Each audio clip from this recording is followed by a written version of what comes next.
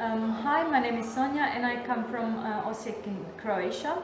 I come from the field of literary studies, so literary theory and history of literature.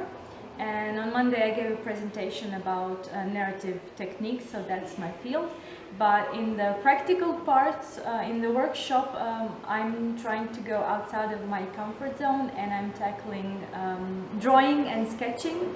And I'm using the two little books differently. I'm using the longer version to show my journey, so going from point A to point B, and I'm using the bigger booklet to show my impressions.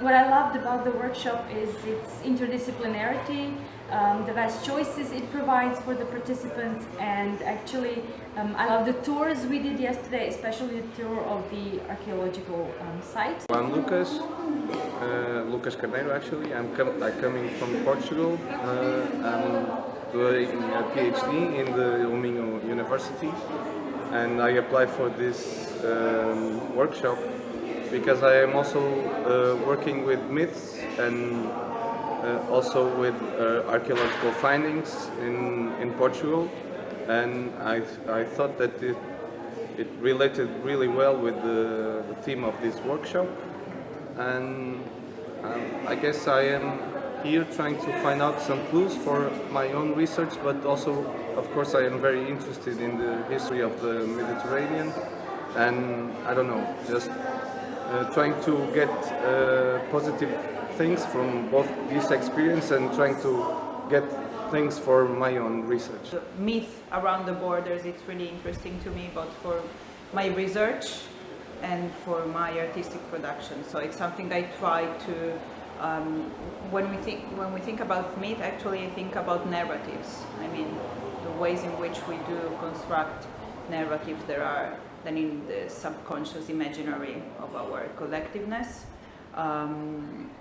So it was really interesting to me, for example, yesterday when we were at the archaeological site to see how even archaeologists will reflect on this construction of narration in a way, because it's also what they do. And I don't know, it's been an interesting experience, and it has been really productive to me to see how this, in a certain way, how these concerns cross-cut different disciplines, and it was an interesting opportunity for me to cross, also to cross what I was telling you, to cross my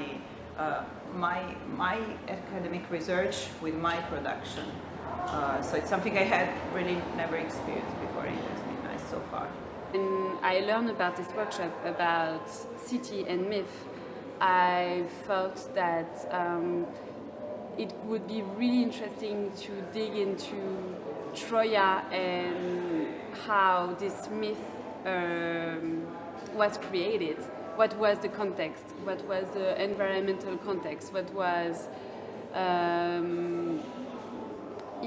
how was this story created? And to learn a bit more, like how reality, like how fiction can shape reality, how reality is shaped by fiction, how things are, there are in-betweens. And actually right now I just learned a little bit about that, about the environmental context of that moment, where actually there were a lot of climate change there, like the soils were more dry and everything. So it's just, I learned a little bit more about how maybe there could be links between a myth and the reality where this myth was created, and that gives me actually one of my first clues to start my PhD, which is the link between humans, us, and what is surrounding us. I'm Tatiana Jovovic. I'm from Montenegro, and I'm first time at this place, which is supposed to be Troya.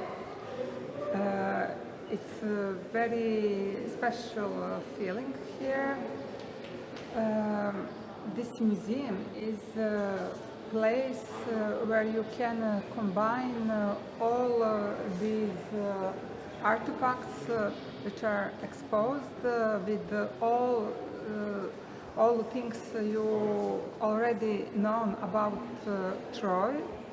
And for me, it's a very special moment. The connection to the myth and Çanakkale is unclear. So I really like this kind of vagueness and unclarity. Also within the way how people tell the story of the Trojan Wars. Nobody really knows whether it's real or not, and everybody says about the things that are real that are different things. And then there is these personal stories like the Schliemann myth that he made himself, which for him maybe became a much more important narrative than the myth of Troy. And I love the way how that tour guide that we had on the first day, he was really serious and stern, and oh, I'm the representative here and I have to be serious. And then when somebody compared him to Hector, he really blew himself up and started smiling. So he really had this personal connection to this whole story of Troy, and he kind of admired Hector and really connected himself to him. So.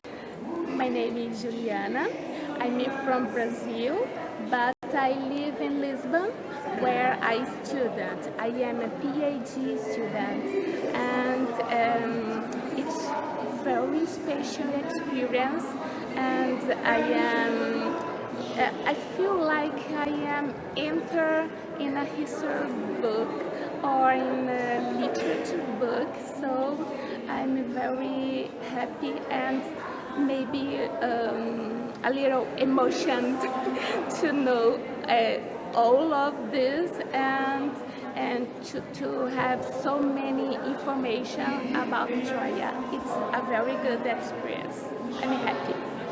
For me, it's a great pleasure to be here in this amazing workshop, the city and the myth, because my research regards another myth, Aretusa fountains, that is in the Metamorphoses book 5 of it, and is in a certain way connected with the literature, the Latin, the Roman literature, and connect this myth with especially Cassandra, is my favorite character of the Troy War. For me, is a great opportunity to deep in my research and experiment another feelings about this important narrative, epic narrative that influenced the Occident and our knowledgements. Hi, my name is Zvi Weinstein. I'm from Israel, live in Tel Aviv since the day I was born. I'm an Israeli, proud. I am this few days together with the writing urban place workshop dealing with the myth and reality of the city of Troy. We have been visiting the place and the museum, listened to excellent description of the historical fact on one side and imaginary facts on the other side. I enjoyed very much. I prepare a summary of this trip. I called it Memories, Reflection and Impressions, and it's going to be something very, very different from what the other participants are doing. It's not a painting and nothing like this, and it's something unique to express by method of list of words. What does it mean to be in Troy, or to try learn its long history of a few thousand years?